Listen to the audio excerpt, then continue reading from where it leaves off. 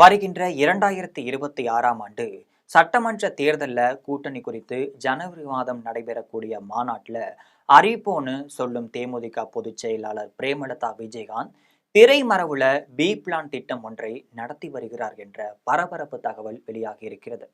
இது பற்றி ஜெம் தொலைக்காட்சி வழங்கும் சிறப்பு செய்தி தொகுப்பை தற்பொழுது பார்க்கலாம்.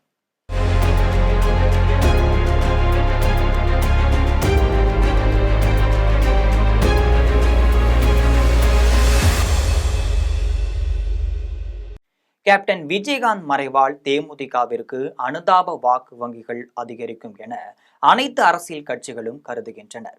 அந்த வகையில தான் தேமுதிகவுடன் கூட்டணி வைத்துக் கொள்ளலாம் என திமுக, அதிமுக, தாவேக ஆகிய 3 கட்சிகளும் தீவிர நடவடிக்கைகள்ல மேற்கொண்டு வராங்க. பிரேமலதா விஜயகாந்தை பொறுத்த வரையில 3 கட்சி தலைவர்களுடன் பேச்சுவார்த்தை நடத்திட்டு இருக்காரு.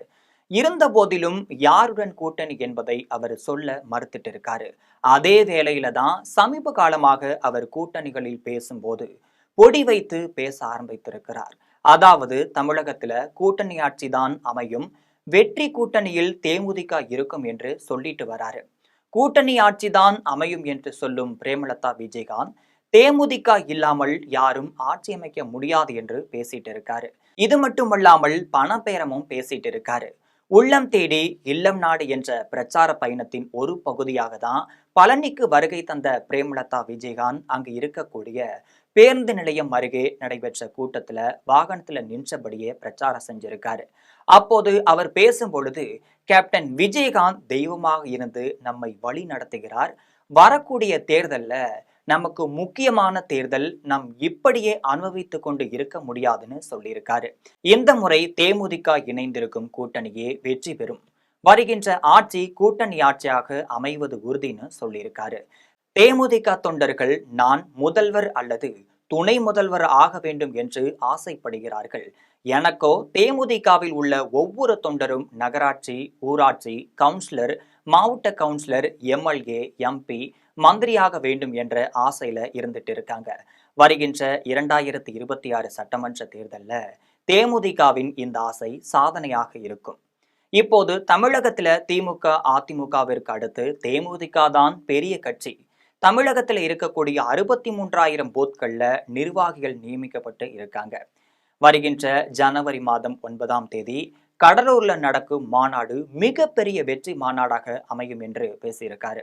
தற்பொழுது உள்ள சூழ்நிலையில திமுக கூட்டணியில இடஒதுக்கீடு வரை அனைத்தும் பேசி முடிவெடுத்து விட்டார்கள்.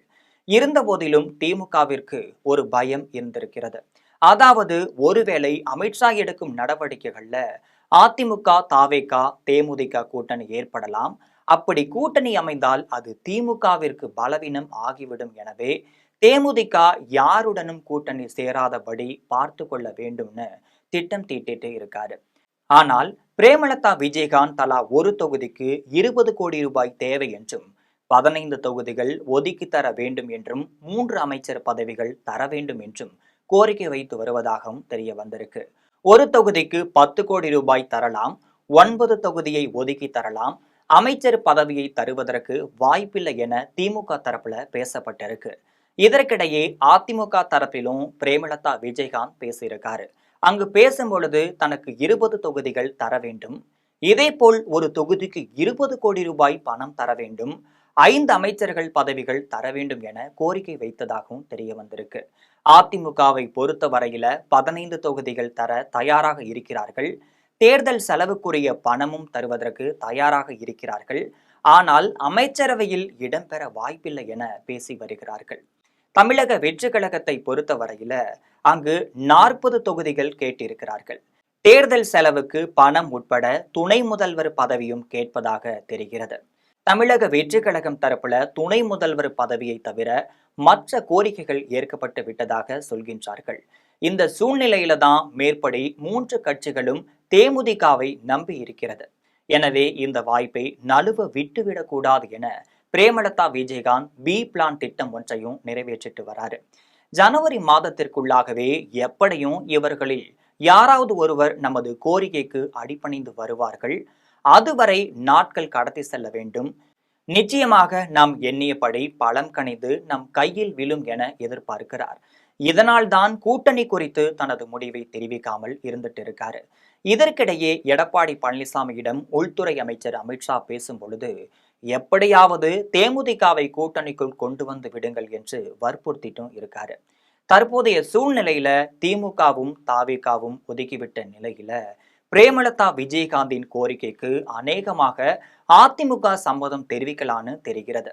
இருந்த போதிலும் அனைத்து பேரங்களையும் பேசி முடித்துவிட்டுதான் பிரேமலதா விஜயகாந்த் தனது முடிவை சொல்ல இருக்கிறார். எனவேதான் இந்த காலதாமதம் என்பது முக்கிய செய்தியாகும். இது போன்ற அரசியல் செய்திகளுக்கு ஜெம் தொலைக்காட்சியுடன் எப்பொழுதும் இணைந்திருங்கள்.